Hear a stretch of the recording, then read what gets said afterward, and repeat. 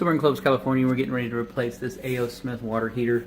Pilot's going out and burner's not working correctly, so they have hot water one day and then cold water the next day. So I wanted to document this real quick to show you what we got up there. Existing gate valve up there on the cold water side. We're going to replace that with a ball valve. And then up here, we're going to leave this one in place because it's soldered on and it's not leaking. This one over here, it is leaking, this other gate valve, so we're going to replace that with a ball valve.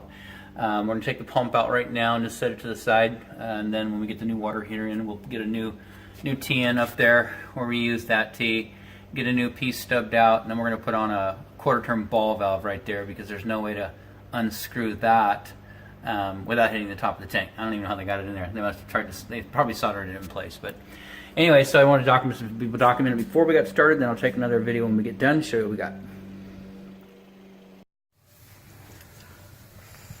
So we're here in Clovis, California, and we are finished installing this Bradford White 50-gallon natural gas water heater. You've got your serial number, model number right here. You can go to bradfordwhite.com, fill out the warranty card there online, give them the model number, serial number, and you can see that right there. URG 250T6N, and then the SC is in Charlie 410 62 305. Anyways, get your warranty going on this, 6-year parts, 1-year labor. And so here's what we've done. We come down here at the bottom. We reuse the existing straps. Those are adjustable straps. No need to take those out. We did lower the bottom strap because it needs to be in the bottom third of the tank, 57 inches tall. We put them at 19, so it's the bottom third. It was up about 22, a little too high. So anyways, down at the adjustable strap, lower third, adjustable strap, upper third. And then down here we put in a brand new corrugated stainless steel gas supply line. It's a 1/2-inch OD outside diameter by 24 inches long. We did extend up the relief line, the relief valve discharge line. Was a little low, and then up here I went ahead and put a corrugated stainless steel supply and reinstalled the brass nipple that was on the old one, and then put the brand new relief valve on here. So this is for temperature and pressure relief. It's a safety feature on here.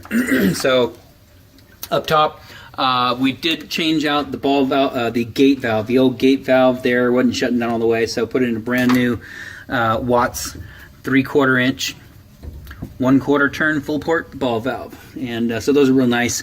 Hardly ever have trouble with these valves as opposed to these old gate valves.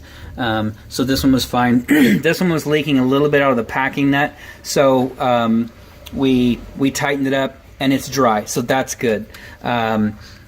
Brand new Falcon stainless steel connectors. You know, this is all brass. It's great because you got brass coming out of the wall, and then a brass valve, another brass nipple. So this was all existing. We just replaced the valve.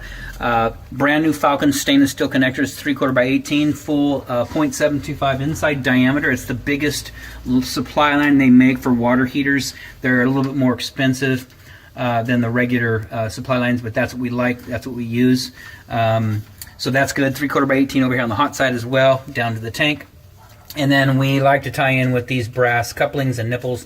All the brass fittings, they flow very well. Iron pipe fittings do not. They corrode from the inside and they break down. So this brass is going to be great for years to come.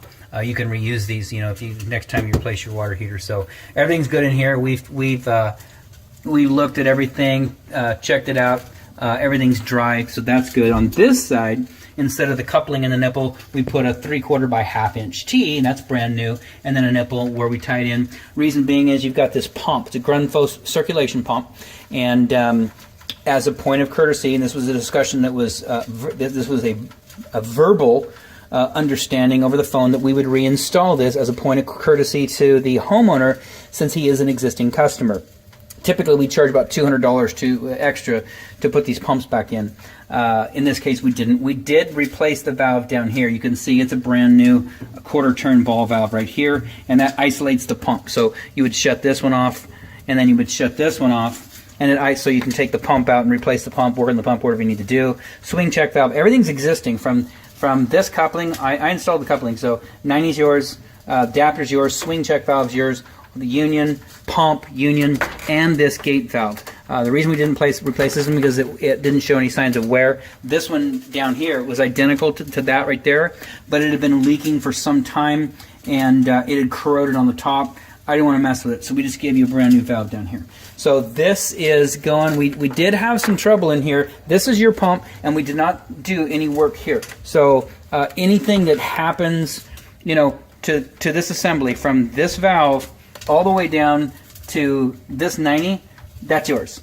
So we won't warrant any of this. The only thing we broke apart was the unions, and so we will warrant that. You know, I mean, they're not our unions. If they don't seal, they don't seal, and they'll have to be replaced. But right now, they're good. They're tightened up, and you can see, you know, I mean, maybe you can't see, but I can see there's no leaking right now. So that's where we took it apart. We just popped the union, pulled the pump out, and then all that's ours. We own this. So the T, you know, this little, we didn't have a brass nipple, so we had to make one out of copper.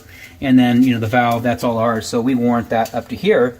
And then if this drips, we'll come up and tighten it up, but we don't warrant the pump, the check valve, the shutoff valve, any of that stuff. We can't because we didn't install it. So we typically don't like to do that, reuse old stuff, but these are pretty pricey. These pumps run about $275. These are nice pumps.